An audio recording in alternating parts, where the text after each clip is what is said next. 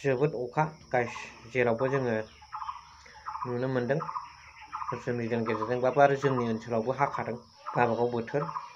बेजों लोगोसे आङो मोनसे इम्परटेन्ट आपडेट्ससो लाबोनो नागिरदों जे हेमन्त बिश्व शर्माया बिथाङा फोसावदों जे कारेन्ट बिला जों एबारनिफ्राय माबादि जानांगौ जों बेनिफ्राय रेहाय मोनगोन ना मोनला। दिनै बिथांमोना जेरैखि जाया रायजो राजाफोरनि थाखाय रेहाय होनो नागिरै ट्रिपल इन्जिन सरकारा जोंखौ सोबख'नो नागिरदों ना मादों। बिथांमोननि सासन खुंनायाव रायजो राजाफ्रा गोजोननाय दंना गैया बेखौ खुद नोंथांमोना हेमन्त बिश्व शर्मा मानगोनां CM मावजि सियाल बिथां खंस मामा सुखुनि मामानिफ्रायनो खोनासंनानै लादों। दा बेनि सिगां मोनसे खोथाया जाहैबाय मा, दाख्लैसो बावैसो दिल्लीयाव दैनि आंखाल जादोंमोन, बारा गोबाव जायाखै बियो। दा जोङो साननो थाङोब्ला जों गासैखौबो बेलेन्सआव दोननोब्ला जोंनि कर्मनि सायाव सोनारो, नङा होमबा? जोङो बिफां लाइफां गायनाय, आबहावा गुबुंले खालामनाय बेफोरखौ जोङो होबथालायनो हानानै बा खमायलायनो हानानै जों जेब्लाबो साफा एकदम पियर एटमस्फियारखौ लाखिनो हानांगौ।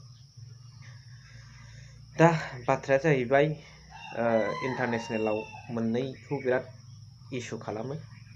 मोनसेया जाहैबाय एनभाइरनमेन्ट एन्ड मोनसेया जाहैबाय बै हाथियार लाग्रा।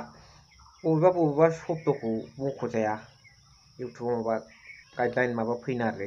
जाय हक जोंनि गेजेराव दुखुनांथाव बाथ्राया बेबो जे जोङो मोनसे समाजखौ फोसाबनो थांनायाव बा मोनसे घटनाखौ बेनि जोबथा बुब्लिसिम जोङो सौग्रावनो थांनायाव जोङो मालाबा माबा मोनसे गिदिर घटनायाव फटक बायदिसिना आपल'ड खालामनानै ब्लार खालामाजासे होनाय जायो। बेवहाय जाया नङा जोंनि बर' समाजाव माखासे गोबां हिन्जावसाफोरनि जिउ गोमानानै थांबाय। अथ'स' जों ससियेल मिडियानि गेजेरजों बे मोनसे समाज बिजों हिसाबै बेनि गेजेरजों जों फोसाबनाय आरो जौगानायसो लाबोनो हानांगौ आं सानो आरो। बेबादि मोनसे गाहायथिं थांनाय बा गाव गावनि माबा मोनसेखौ दिन्थिनानै लानाय बा बेनि गेजेरजों जिउ जोबलायनायसिम मोनसे घटना जानाय बेफोर जानो मोना। जोंनावनो साननो हानाय दंखायो, बेफोरखौ एसे सानबानो मोनदाङो आरो। फोसाबनाया फोसाबनांगौ, बेनिफ्राय बेबायदि मोनसे जोबथा बुब्लिसिम जालायनो नाङा। फोसाबनायनि गेजेरजों जाहाथे फिटआव फैफिनो बेखौ आरो। दा अब्ला हेमन्त बिश्व शर्मा सारा मा बुंदों बेखौ नोंथांमोननि मेगनजों नायनानै खोनासंनानै लादो आरो जोबनायाव कमेन्ट्स हरनो दाबाव। আমাৰ সাধাৰণতে দেখা যায় যে আমাৰ মন্ত্ৰীসকলৰ আৱাস আৰু সিনিয়ৰ গভৰ্ণমেণ্ট অফিচাৰসকলৰ আৱাস বা ছেক্ৰেটেৰিয়েটৰ কৰ্মচাৰীসকলৰ আৱাসত ইলেক্ট্ৰিচিটি বিল ইমান দিনে চৰকাৰে দি আছিল।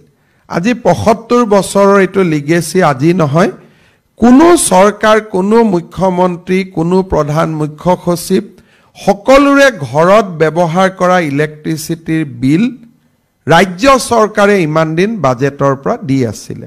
ইতিমধ্যে আমি ১ জুলাইৰ পৰা প্ৰযোজ্য হোৱাকৈ আমি সিদ্ধান্ত লৈছোঁ যে এতিয়াৰ পৰা মুখ্যমন্ত্ৰী হওক, মন্ত্ৰীসকলে হওক, সিনিয়ৰ অফিচাৰসকলে হওক, আমি আমাৰ ইলেক্ট্ৰিচিটিৰ বিলখন আমি দিম, যাতে আমি নিদিয়াৰ কাৰণে ইলেক্ট্ৰিচিটি বোৰ্ডৰ যি ক্ষতি হয় সেই ক্ষতিৰ বিনিময়ত তেওঁলোকে যাতে বিদ্যুতৰ মাচুল বৃদ্ধি কৰিব নালাগে।